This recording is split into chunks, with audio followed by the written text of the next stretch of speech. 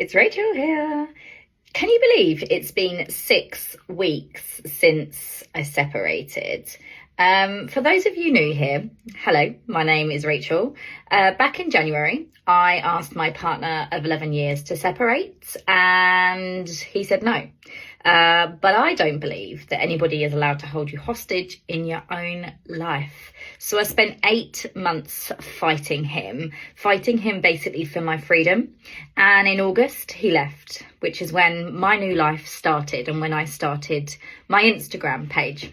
So I have been documenting what has been happening over the last few weeks, but I thought I'd give you all an update. However, I don't really feel like there's any tea, if you like. I've had a good weekend with the children because it's been my weekend and therefore it's been a good weekend. I struggle when they're not here, but mainly at the weekends. When they're not here during the week, I actually find that I can work guilt-free. I'm a career gal. I've always been interested in my job. I've always been interested in my career, which a lot of men don't like, by the way.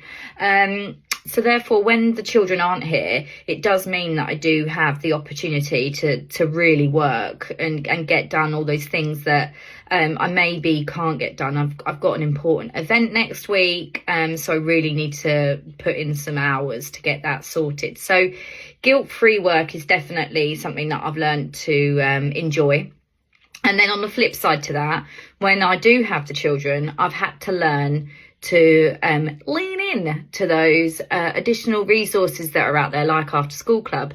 You know, my son's been very lucky in that since he's been at school, he's in year 2 now, he's never had to go to any sort of after school club apart from the clubs he wants to go to. And last week he had to. They went to After School Club and they both told me they didn't like it, but I also don't think that they meant it. I think they're just saying that because there's this like negative connotation around After School Club. So they went there. And then I suppose I'm reaping the benefits of my separation financially. I don't buy as much toilet roll anymore. I laugh, but it's actually true. I definitely don't buy anywhere near as much toilet roll. I'm not picking up as many socks. The dishwasher isn't going on as much. So I am saving money in that way. And that, although it's funny, there is also something quite interesting there in that you do save money. It's not as expensive as you think maybe it is, particularly if you're in a situation like me where you share your kids, right? So they're not here 50% of the time and therefore it's not as expensive in that way. So I'm finding positive in this situation because it's my new life now, so I have to get a bit used to it. It's difficult dealing with a child when they're ill, when you've got 2 children.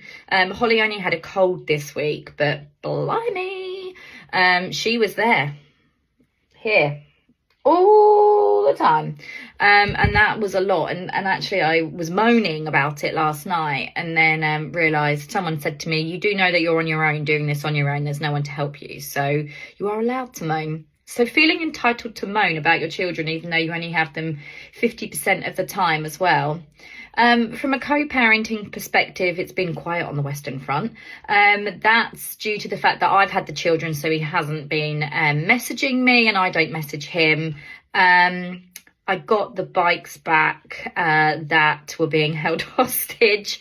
So little things like this sort of control, it eases off sometimes.